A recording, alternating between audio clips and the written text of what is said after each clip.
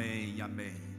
Sejam todos bem-vindos, é um prazer ter você aqui em mais um culto de celebração. Nós, no mês de janeiro, nós estamos fazendo uma ativação profética, declarando que as promessas de Deus, que os sonhos que Deus plantou no nosso coração, irá se cumprir. Cada sonho irá se cumprir, irá ser estabelecido e a glória de Deus transbordará sobre as nossas vidas. Tivemos 2 cultos passados muito valiosos e preciosos, onde nós tivemos um mover de Deus muito grande. Hoje eu vou ter o privilégio de assistir a minha esposa pregando. A palavra é muito mais dela do que minha. E nós esperamos muito que Deus fale ao seu coração nessa manhã. Pastor gosta de fazer o povo repetir. Então, para mim não perder o costume, olha para a pessoa que está do seu lado e fale: Deus tem algo para você nesta manhã. Você crê nisso? Você acredita de fato nisso? Sim ou não? Quantos estão felizes com o novo ano que Deus está colocando à nossa frente? Diga amém. Diga: eu creio que nos próximos dias eu verei o transbordar de Deus sobre a minha vida, sobre a minha casa e sobre toda a minha família, em nome de Jesus, amém? Paz e a graça do nosso Senhor Jesus Cristo, amém? Quando eu, Sérgio, pastor Marcos, pastora Maiara, nós começamos a orar, a gerar a igreja 2023. A primeira coisa que veio no nosso coração foi sobre essa ativação profética, E nós falamos sobre a família, o que Deus deu autoridade, para nós na nossa casa, que nós temos que mudar o nosso linguajar na nossa casa, que a nossa casa tem que ser um ambiente de vida. Que possamos profetizar vida, mesmo que os nossos olhos ainda não estejamos vendo algumas coisas, nós temos que profetizar aquilo. Depois Deus vem ministrando no nosso coração sobre fé, que a nossa fé tem que ser ativada todos os dias, porque sem fé é possível agradar a Deus. E eu e o Sérgio, esses dias orando, conversando sobre esses cultos maravilhosos que nós tivemos, E percebemos algumas coisas na Bíblia que precisava ser ativada. E alguma coisa que nós percebemos que Deus ministrou muito no nosso coração sobre a visão. Deus precisa ativar os nossos olhos esses dias. Deus precisa ativar a nossa visão. E nós começamos a ver algumas pessoas na Bíblia que teve que passar por esse processo. E a gente começou lá em Marcos, o cego de Jericó. E eu gosto muito de comparar versões. E lá em Marcos 10, 46, põe aí, Henrique. Você achou aquela, filho? Perguntou-lhe Jesus: que queres que eu te faça? Respondeu o cego: Mestre, que eu torne a ver. Queridos, se eu tornar a ver, quer dizer que antigamente eu via. Ele não nasceu cego. E a Bíblia, a gente não pode olhar a Bíblia como algo natural. A Bíblia é algo espiritual. E hoje a gente encontra muitas pessoas que tinham uma visão muito clara do projeto de Deus para a vida dela, que tinham uma visão muito clara do caminho a seguir, que tinham uma visão muito clara do que queria em Deus. Mas no decorrer do caminho, no decorrer da jornada, ela perdeu essa visão. E hoje é dia de Deus restaurar a nossa visão. Hoje é dia de Deus restaurar aquele primeiro amor, aquela primeira voz que Deus nos falou e foi nos guiando. E por alguma coisa nós desviamos os nossos olhares disso. E hoje Deus te pergunta: o que tu queres que eu faça? Que a resposta do nosso coração seja: que eu torne a ver. Amém? E é tão interessante, irmãos, que nesse processo de Bartimeu aqui, no cego de Jericó, nós vamos ver que ele era uma pessoa que primeiramente estava no meio de uma multidão. Ele estava à beira do caminho, mas uma multidão seguia Jesus ali naquela hora. E muitas vezes nós achamos que Deus ele se preocupa apenas com uma categoria de pessoas, que Deus dá importância apenas para aqueles que talvez se colocaram como diríamos, na posição de ser líder, ou talvez de realizar algo para Deus. E muitas vezes nós achamos então, porque fazemos parte de um número grande de pessoas, de uma multidão, que Deus não tem muita preocupação conosco, que Deus não se importa muito conosco. E às vezes o diabo vai tentar nos levar então a querer estabelecer um relacionamento com Deus de uma maneira muito distanciada, no sentido de querermos apenas nos satisfazer com uma vida religiosa, aonde estamos na igreja, vamos aos cultos aos domingos, mas achamos que Deus é aquela pessoa distante, que de vez em quando se importa conosco, se importa com as nossas questões particulares. E nós estamos aqui para dizer para você, que principalmente nesse novo ano que se inicia, você precisa acreditar, Deus sabe de cada necessidade que você está passando. Deus sabe de cada uma das suas necessidades. Mas o que nos chama a atenção aqui também, é que o cego, quando ele ouve falar que era Jesus o Nazareno que estava passando por ali, ele começa então a clamar. E aí ele faz um clamor muito direto para Jesus. Ele faz um clamor muito específico para Jesus. E ele fala: Jesus, filho de Davi, tem misericórdia de mim. E aí a pergunta que a Aida falou aqui no começo, a pergunta que Jesus faz para ele: o que você quer que eu te faça? Nós vamos desafiar você que não fez ainda, a escrever os seus alvos nesse livro que nós entregamos no final do ano. E temos mais ali atrás, se você não fez o seu. E eu queria que você preenchesse esse livro de alvos para 2023 com essa pergunta latente aí nos seus ouvidos: o que você quer que Deus faça para você no ano de 2023? Quais são as promessas, quais são os sonhos que você gostaria que Deus te atendesse nesse ano? E depois a gente conversando, orando, e a gente vai para Estevão. Atos 7, do 55 a 60. Queridos, que Deus ministre no nosso coração essa manhã aquilo que aconteceu com Estevão. Vamos ler? Eu vou ler aqui. Atos 7, do capítulo 50, do versículo 55 até o 60. Mas Estevão, cheio do Espírito Santo, fitou os olhos no céu e viu a glória de Deus, e Jesus que estava à sua direita, e disse: eis que vejo os céus abertos, e o Filho do Homem em pé à destra de Deus. Eles, porém, clamando em alta voz, taparam os ouvidos e unânimes arremeteram contra ele, e lançando-o fora da cidade, o apedrejaram. E as testemunhas deixaram suas vestes aos pés de um jovem chamado Saulo, e apedrejavam a Estevão, que invocava e dizia: Senhor Jesus, recebe o meu espírito. Então, ajoelhando-se, clamou em alta voz, dizendo: Senhor, não lhes imputes este pecado. E com essas palavras, adormeceu. Eu acho que eu ficaria a manhã inteira falando disso.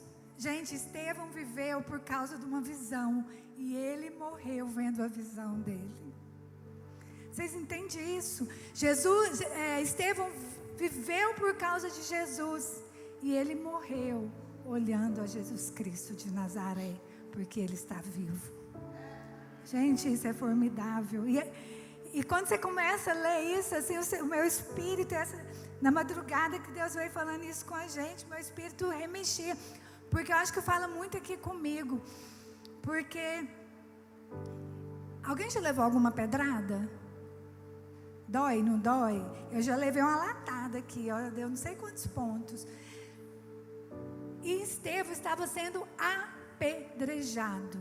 Tem como mensurar a dor? Não tem como mensurar a dor. O que fez ele suportar essa dor? Porque ele não perdeu a visão estava na frente dele. Jesus abriu o céu. Enquanto Estevão estava ali sendo apedrejado, Jesus abriu o céu e falou: meu filho, eis-me aqui, estou aqui. Eu acho que se fosse eu ia falar assim: Senhor, taca fogo, fulmina esse povo aqui, que eu vou voltar para a cidade em glória, falando que o Senhor é todo poderoso, que eles não conseguiram me matar. Quem ia entrar comigo nessa? Eu acho que eu ia falar isso. Na hora que eu vi Jesus, falei: gente, Jesus vai fulminar todo mundo aqui, e eu vou entrar lá, eu vou pregar, as pessoas vão converter. Por quê? Porque ele não deixou eu morrer. Mas Jesus permitiu que Estevão morresse. E Estevão morreu falando, sabe o quê? Perdoa esse povo. Gente, para mim a coisa mais difícil do cristianismo é perdão. É difícil. É difícil. E o que acontece? Estevão vira no meio da dor, no meio da morte. Estevão fala: perdoa. Por quê? Porque a visão dele estava ali. Ele não desviou os olhos dele de Jesus. Jesus estava ali. E tem uma coisa formidável nesse texto. Sabe quem estava ali? Quem foi perdoado? Saulo. Paulo estava ali. Imagina se Estevão falasse assim: fulmina todo mundo. Paulo tinha sido fulminado. Paulo estava ali. Estevão estava perdoando aquele homem assassino, mau, que mandava prender, mandava matar. Todos que falavam de Jesus, Paulo detonava. E Estevão olha para Jesus e fala: perdoa ele, porque ele não sabe o que faz. E Estevão estava nu, porque eles tiraram as roupas de Estevão e colocaram no pé de Saulo. E quando, no começo do outro aí, o que fala? E Saulo consentia na sua morte. E Saulo consentia na sua morte. E Estevão perdoou. Irmãos, o poder do perdão é extraordinário. Mas para a gente perdoar, os nossos olhos têm que estar no Senhor. Amém? Aí a gente começa a andar. Pode ir para Paula ou não? Não, deixa eu falar também. Empolgou, não quer nem deixar eu falar mais. Algo que me chama a atenção, irmãos, é que Estevão, ele era alguém que foi escolhido. Se você ler o capítulo 6, ele foi escolhido para servir as pessoas na igreja.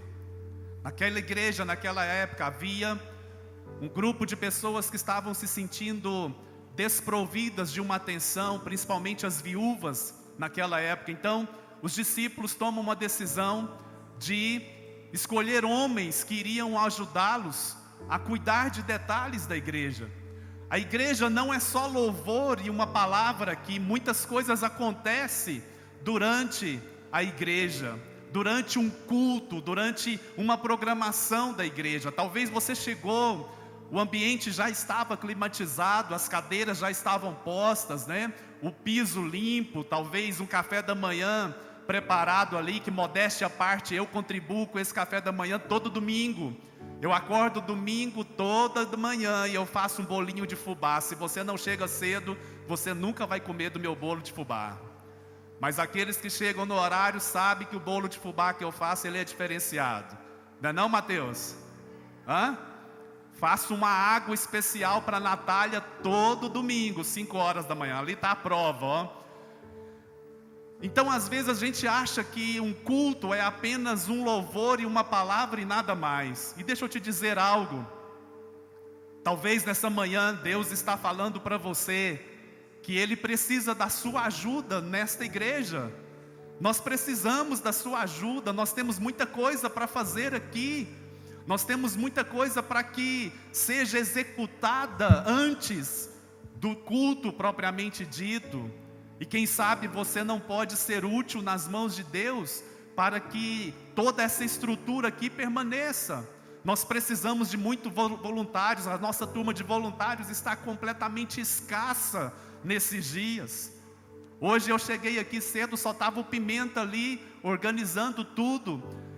Mas quem sabe nesta manhã, Deus quer tocar nos seus olhos também no sentido de falar: filho, está na hora de você contribuir para que a minha igreja também perceba o seu amor por mim e pelos irmãos.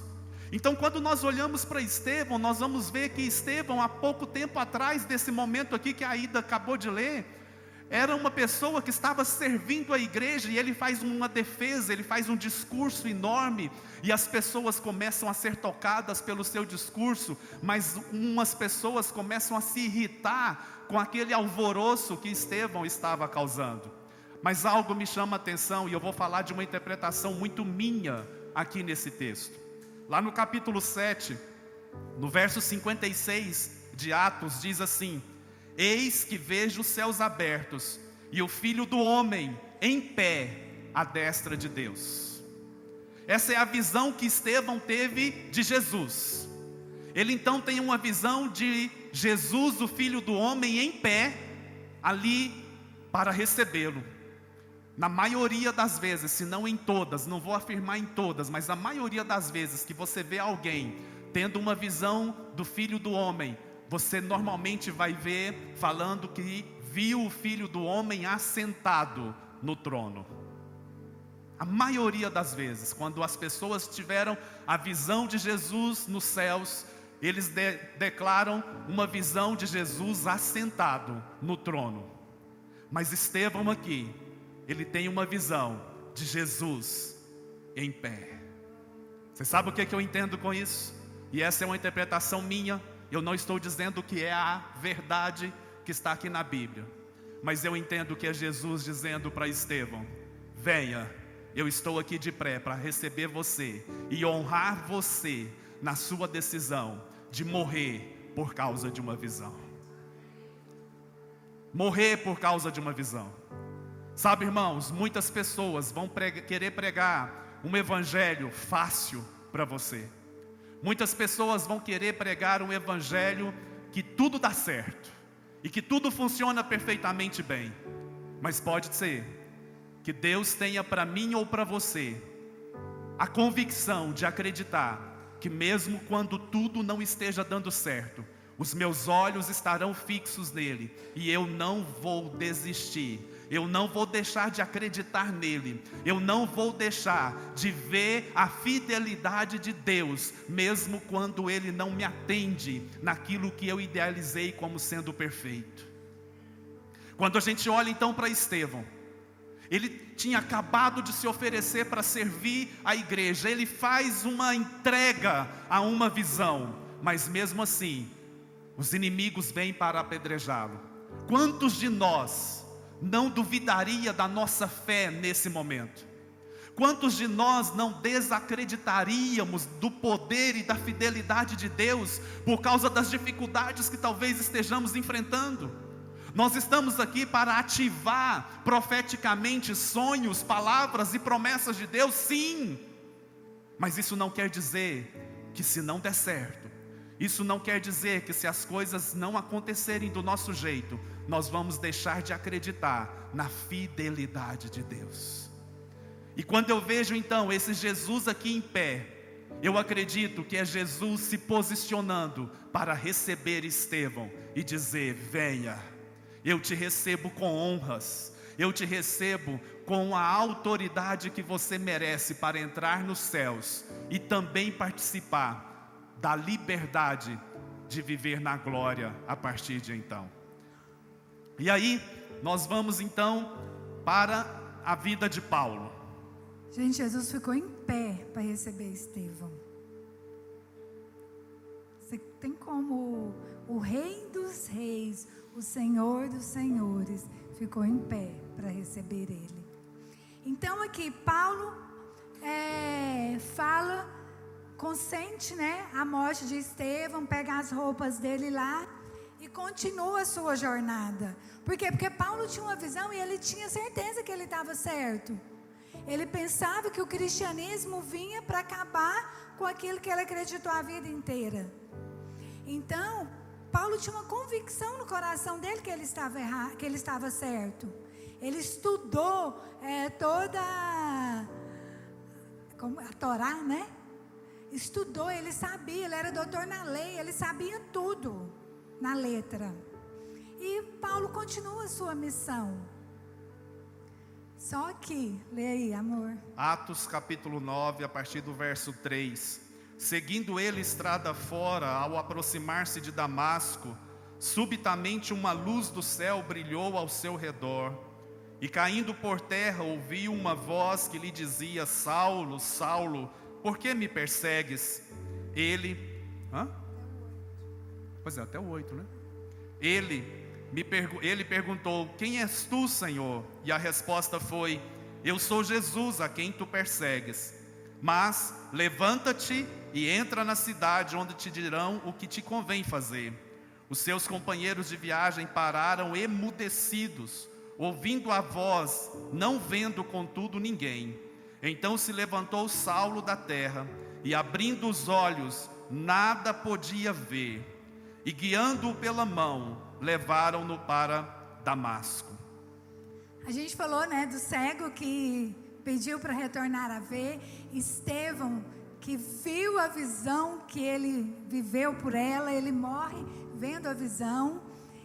E Saulo perde a visão. Por quê? Porque Saulo era convicto daquilo que ele tinha que fazer. Então, muitas vezes, quando nós encontramos com Jesus, nós temos que perder toda a visão errada que nós temos. Tudo aquilo que nós vemos, que acreditamos, nós temos que perder, se não está de acordo com a palavra de Deus. Muitas vezes a gente vive de uma forma que aos olhos humanos é até correto.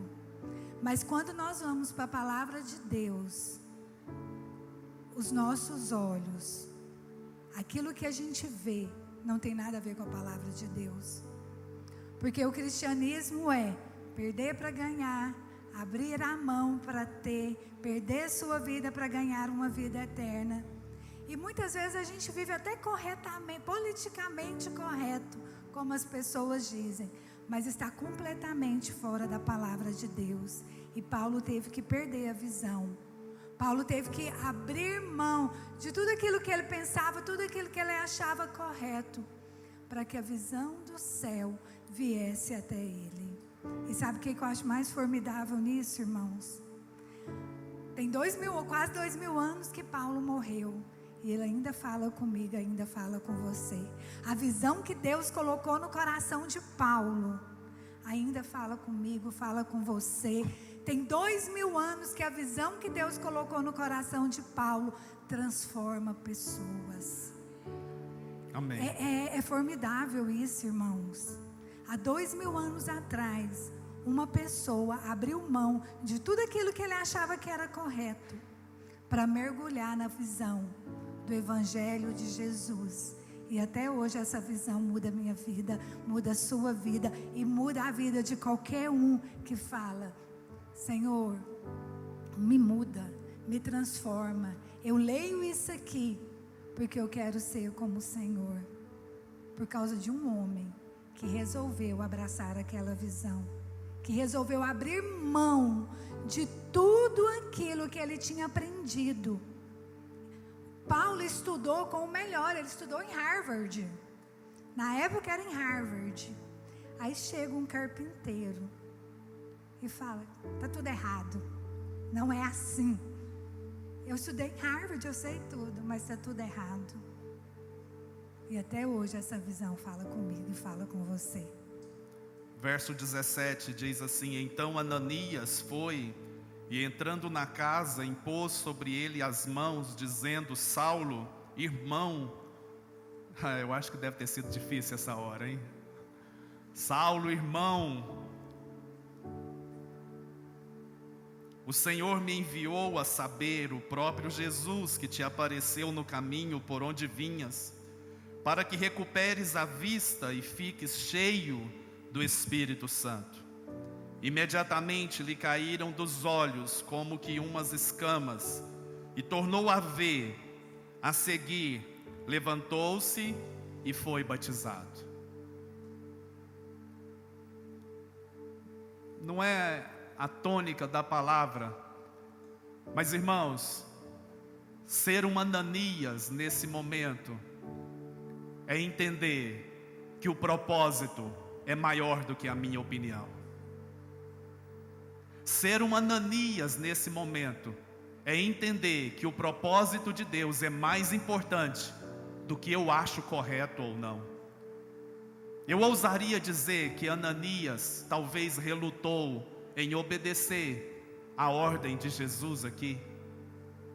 Talvez Ananias se questionou durante muito e muito tempo se valia ou não a pena permanecer servindo a um Deus que nesse momento parece tão injusto. Cá entre nós, irmãos, o cara era o assassino, ele era o perseguidor da igreja, ele é aquele que talvez Ananias sabia muito de perto, matou talvez alguns companheiros de fé. Mas quando nós olhamos para o propósito de Deus, eu preciso entender que eu posso servir a Deus e eu devo servir a Ele acima das minhas opiniões, daquilo que eu acho ser ou não correto, daquilo que eu julgo ser ou não o adequado para aquele momento ou para aquela pessoa. E como nós gostamos de julgar as pessoas baseadas no seu passado, como nós gostamos de sentenciar as pessoas por aquilo que fizeram ou deixaram de fazer. Eu tenho certeza que se eu fizesse um apelo aqui hoje para assumir algum cargo aqui, perguntando a vocês, quem aqui gostaria de se voluntariar e vir servir aqui em algumas áreas da igreja, talvez você levantaria a mão e diria sim. Mas talvez você ficaria sentado analisando aqueles que disseram sim. E se você conhece a pessoa um pouquinho mais, alguns detalhes da vida dessa pessoa, você talvez por um momento passaria a olhar se aquela pessoa era ou não adequada para dizer sim àquele chamado. E você sabe o que acontece muitas vezes? Nós damos ouvidos para o que o diabo planta nos nossos ouvidos, no sentido de nos fazer acreditar que o que fizemos no passado nos coloca agora em descrédito para servir a Deus e servir aos santos que se reúnem numa igreja. E o diabo então vai fazer de tudo para nos levar a acreditar que o nosso passado é muito mais importante do que o propósito de Deus na nossa vida. Ei, deixa eu te dizer algo nesta manhã. Deus talvez está te chamando e dizendo para você: chega de ficar preso no passado, na opinião dos outros, no julgamento dos outros, e comece então a caminhar dizendo sim ao meu propósito. Eu quero te aconselhar a não faltar o culto de domingo que vem, porque nós temos uma palavra para encerrar esta ativação profética. E nós vamos ler uma palavra profética que recebemos aqui nesta igreja em dezembro, no sentido de que nos próximos 2 anos, Deus fará algo sobrenatural no nosso meio. E eu vou ler e estou pensando em entregar esta palavra para que durante todo o ano de 2023 nós possamos velar por esta palavra e apresentá-las diante de Deus e nos prepararmos para cumprir esta palavra. Mas quando nós olhamos então para Paulo também, quando nós olhamos para Ananias, ele teve que deixar o propósito ser maior do que o seu julgamento. Mas quando nós olhamos para Paulo precisou entender que o propósito de uma nova visão na vida dele era infinitamente mais importante e maior do que o seu passado. Infinitamente maior. Paulo precisou se libertar do seu passado. Paulo precisou deixar todos aqueles assassinatos que ele cometeu, todas aquelas mortes que talvez ele presenciou e consentiu, como a do próprio Estevão, que nós lemos que Paulo estava ali naquele momento. Porque senão, irmãos, ele não conseguiria viver a nova visão que Deus estava dando para ele. Sabe o que nós precisamos entender com a vida de Paulo?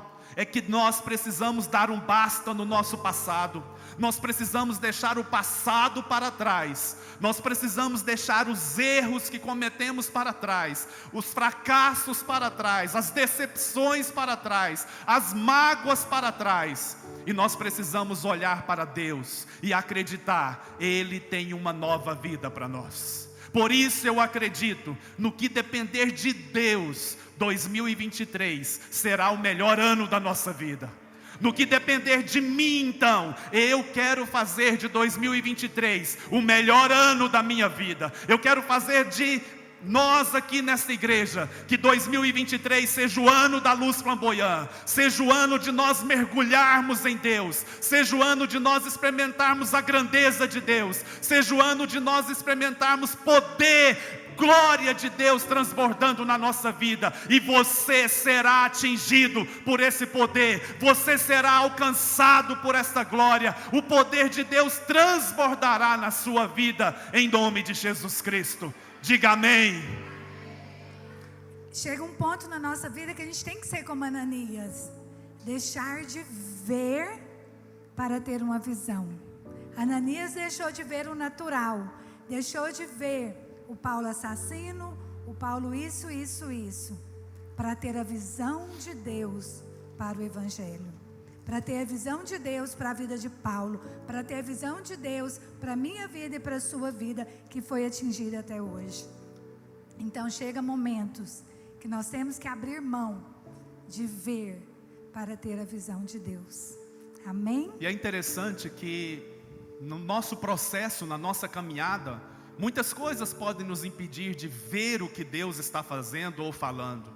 Quando nós vamos ali para Gênesis capítulo 21, verso 15, quando Agar então ela sai ali da terra, meio que expulsa ali por Sara, então olha só o que acontece. Gênesis capítulo 21, verso 15: tendo-se acabado a água do odre, colocou ela o menino debaixo de um dos arbustos, e afastando-se, foi sentar-se de fronte à distância de um tiro de arco, porque dizia: assim não verei morrer o menino. E sentando-se em frente dele, levantou a voz e chorou. Agar aqui estava num desespero, Agar aqui estava angustiada, desesperada. Havia uma sentença de morte sobre ela e o menino ali. As promessas que Deus havia feito no nascimento do filho dela pareciam agora não ter valor mais nenhum.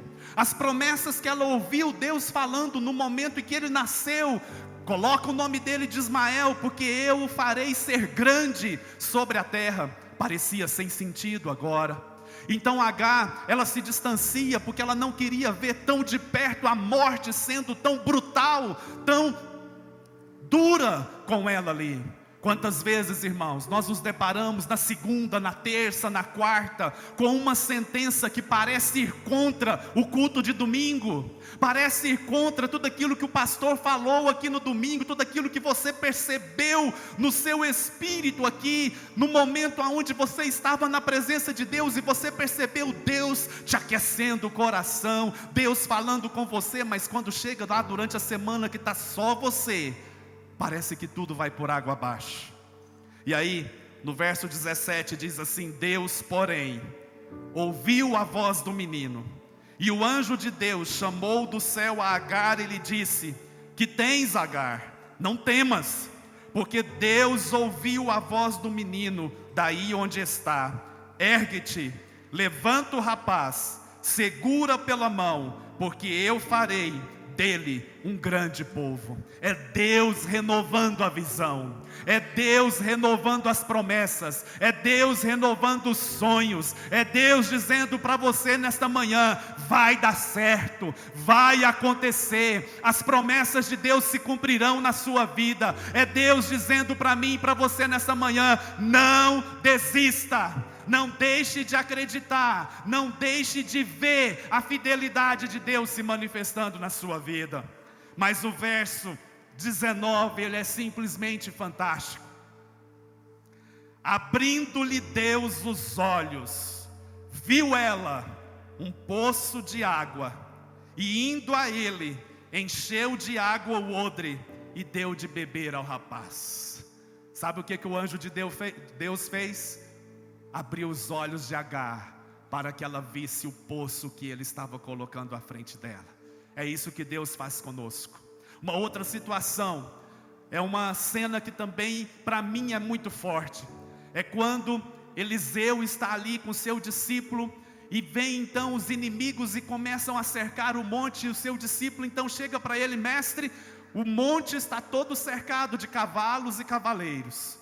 E aí Eliseu ora e pede para que Deus abra os olhos daquele discípulo. 2 Reis capítulo 6, verso 17 diz assim: orou Eliseu e disse: Senhor, peço-te que lhe abra os olhos, para que veja. E o Senhor abriu os olhos do moço, e ele viu que o monte estava cheio de cavalos e carros de fogo em redor de Eliseu. Deixa eu te dizer algo, meu irmão, acredite, anjos de Deus estão sendo enviados para nos servir. Anjos de Deus estão sendo enviados por Ele para servir você, para lhe trazer ânimo, para lhe trazer coragem, para lhe trazer a certeza de que grandes coisas vão acontecer na sua vida. Amém, irmãos? Mas a falta de visão, ela pode também nos roubar a esperança. Sabe aquele momento que você já não consegue mais acreditar? Sabe aquele momento onde você olha para Deus e parece que a sua fé já não é tão forte? Quando Jesus havia acabado de morrer ali, e ele então encontra com 2 discípulos dele no caminho de Emaús, e aí então ele percebe que aqueles 2 discípulos estavam desorientados, perdidos, talvez desesperados. E Jesus então começa a caminhar com eles, começa a andar com eles ali, e começa a contar para eles todo o processo das promessas de Deus, desde Noé, desde Abraão. E Jesus então vai citando as escrituras para aqueles 2 discípulos. Mas chega um momento que aqueles 2 discípulos viram um para o outro e falam: porventura não nos ardia o coração quando ele falava conosco? Deixa eu te dizer algo, deixa a palavra de Deus produzir esperança na sua vida, deixa a palavra de Deus produzir fé em você, deixa a palavra de Deus dizer para você que você é louco mesmo, de não acreditar no natural, de não acreditar no que os homens estão dizendo, de não acreditar no que a situação do momento está dizendo, mas a olhar para Deus e a dizer: eu olho para o Senhor, porque é do Senhor que vem o meu socorro, é do Senhor que vem a minha salvação. E é interessante que Deus sempre vai nos colocar numa decisão de estabelecer uma visão na nossa vida. Quando Deus chamou Abraão, Deus mandou Abraão olhar para os céus e olhar para as estrelas. Sabe para quê? Para todas as vezes que Abraão olhasse para as estrelas, ele pudesse se lembrar da promessa de Deus.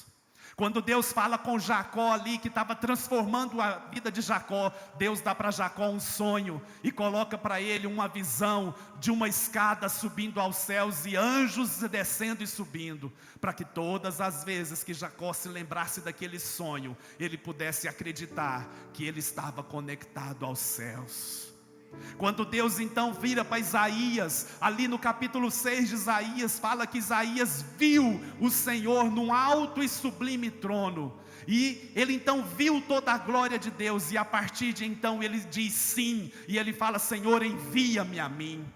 Todas as vezes que Isaías se lembrava daquela visão, o seu coração ardia novamente por estar diante de Deus. Quando aquele moço também, o discípulo ali de Eliseu, quando ele se lembrava daquela visão de carros e cavalos cercando o monte, ele não tinha dúvida de que a promessa de Deus iria se cumprir.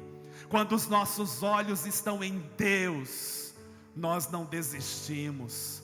Quando os nossos olhos estão firmes em Deus, nós não desanimamos, nós não desistimos, porque Ele é fiel. Então vire para a pessoa que está do seu lado e fale para ela: não desista. Fale para ela: não desista.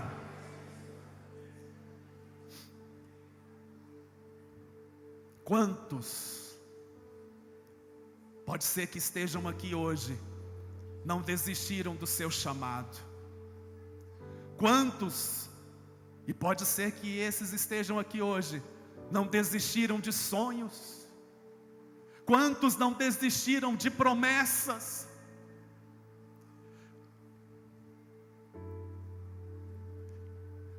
Quantos já não acreditam que Deus pode operar um milagre na sua vida? Você sabe qual que é a nossa oração? É que você mal dê conta de ir embora para sua casa. Tamanha seja a inquietação de Deus através do Espírito Santo no seu coração, dizendo: é a última hora. É a última hora. Deixa eu te dizer algo. Você tem toda a razão de ficar parado no seu lugar. Você tem todo o direito de desistir. Talvez a luta que você esteja passando seja muito grande mesmo. Mas deixa eu te dizer algo. O propósito precisa ser maior do que eu estou enfrentando. O propósito precisa ser mais forte na minha vida do que qualquer dificuldade que eu esteja passando. Mas nós queremos encerrar falando de uma categoria de pessoas que talvez as igrejas estejam cheias hoje. Quando eu falo as igrejas, eu não estou falando só da nossa. Nós queremos encerrar fazendo uma relação de um homem que ocupava um alto cargo. Ele era rei, e ele precisava de um milagre, mas ele acreditava que o milagre tinha que vir no formato que ele achava correto. Ele julgava que o milagre que ele precisava tinha que vir na forminha que se adequava aos seus padrões.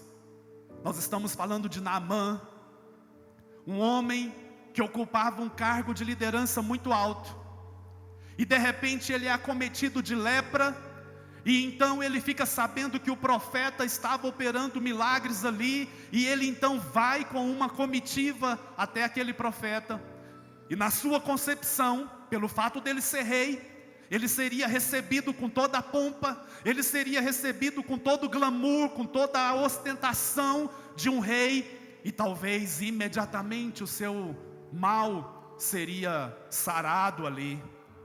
Mas para surpresa de Naamã, o profeta nem recebê-lo pessoalmente o recebe. O profeta manda um discípulo ir abrir a porta e falar com ele, fala para assim: olha, diga para ele fazer isso, isso e isso, e ele vai ser curado. E Naamã fica indignado. E eu quero ler apenas um texto. Eu estava comentando hoje com a Ida, quando eu estava tomando banho ali para vir para a igreja, e eu estava dizendo para ela que na madrugada, quando eu fui orar, Deus me trouxe uma luz sobre esse texto. 2 Reis capítulo 5. É a mesma coisa do Lula vir aqui virar e falar assim: eu sei que o bispo Sérgio orar comigo vai melhorar, né? Que minha garganta, ele pode me atender? Aí o Sérgio vira e fala assim: não, fala para ele fazer isso que ele vai ser curado. Por aí. É por aí. Todo mundo ia ficar indignado, né? Você não atendeu o homem? Vai, não, por quê? Ele não queria ser curado? Deus curou lá de onde ele está. Então assim, dá para mensurar. Eu acho formidável isso, porque o profeta não se compra, né? Então assim, o Naamã era o cara. Perante as pessoas ele era o cara, porque na casa dele todo mundo sabia que ele era leproso. Enquanto ele estava com a farda dele, as pessoas de fora pensavam: esse é Naamã, Naamã chegou. Mas na hora que ele chegava na casa dele, todo mundo sabia que ele era leproso. Amém. E só quem está na nossa casa conhece verdadeiramente quem nós somos. Que possamos ser transparentes, não só na nossa casa, mas fora também. E só quem andava com Naamã verdadeiramente sabia quem ele era. E a Bíblia é tão tremenda que ela não deixa isso escondido, né? Na época lá onde Naamã passava, todo mundo se dobrava. Ninguém via as lepras dele, a não ser os que estavam do lado dele. 2 Reis capítulo 5, verso 9 diz assim: veio pois Naamã com os seus cavalos e os seus carros e parou à porta da casa de Eliseu. Então Eliseu lhe mandou um mensageiro dizendo: vai, lava-te 7 vezes no Jordão, e a tua carne será restaurada e ficarás limpo. Em outras palavras, o mensageiro disse aqui para Naamã: Naamã, você vai ser curado. Você só precisa se lavar 7 vezes lá no Rio Jordão. É difícil, irmãos? Você acha que é difícil para alguém que deseja muito uma cura se lavar 7 vezes no rio? É difícil? Não. Preste atenção nisso daqui. Verso 11: Naamã, porém, muito se indignou e se foi dizendo: pensava eu que ele sairia a ter comigo, por-se-ia de pé, invocaria o nome do Senhor seu Deus, moveria a mão sobre o lugar da lepra e restauraria o leproso. Sabe o que eu entendo com isso? É quando eu e você descemos aquela escada, dizemos talvez aqui para nós mesmos, porque não temos talvez a coragem de dizer para quem está perto de nós: eu esperava mais de Deus hoje. Eu esperava sair desse culto com a minha bênção na mão. Eu esperava sair desse culto talvez com a resposta que eu precisava. Ou eu esperava que Deus falasse ou fizesse isso e aquilo por mim. Verso 12: não são porventura Abana e Farfar, rios de Damasco, melhores do que todas as águas de Israel?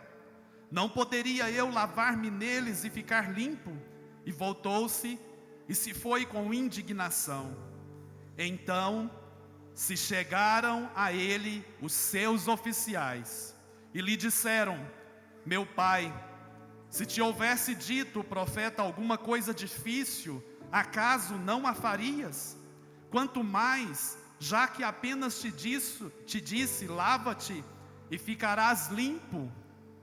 Sabe o que eu vejo aqui, irmãos? Nós precisamos estar cercados de pessoas que nos chacoalhem. Nós precisamos ser cercados de oficiais que não eram qualquer oficiais, eram oficiais que se sentiam filhos e que vira para Naamã e fala: ei, por acaso lavar-se no Jordão é tão difícil para você? Lava-te, mas toma posse da tua bênção. Nós precisamos ter pessoas perto de nós que nos falem a verdade. Nós precisamos ter pessoas perto de nós que nos balancem, que nos tirem da nossa zona de conforto, que nos tirem do nosso comodismo e diga: ei, acredite, é para você essa bênção, vá em frente, persegue, lute e não desista. E você sabe o que eu ouso dizer? Essa pessoa está aí do seu lado. Você pode olhar para ela e falar assim: pode sacudir, pode bater com força, mas não me deixe perder a bênção. Você pode ficar de pé no seu lugar, por favor?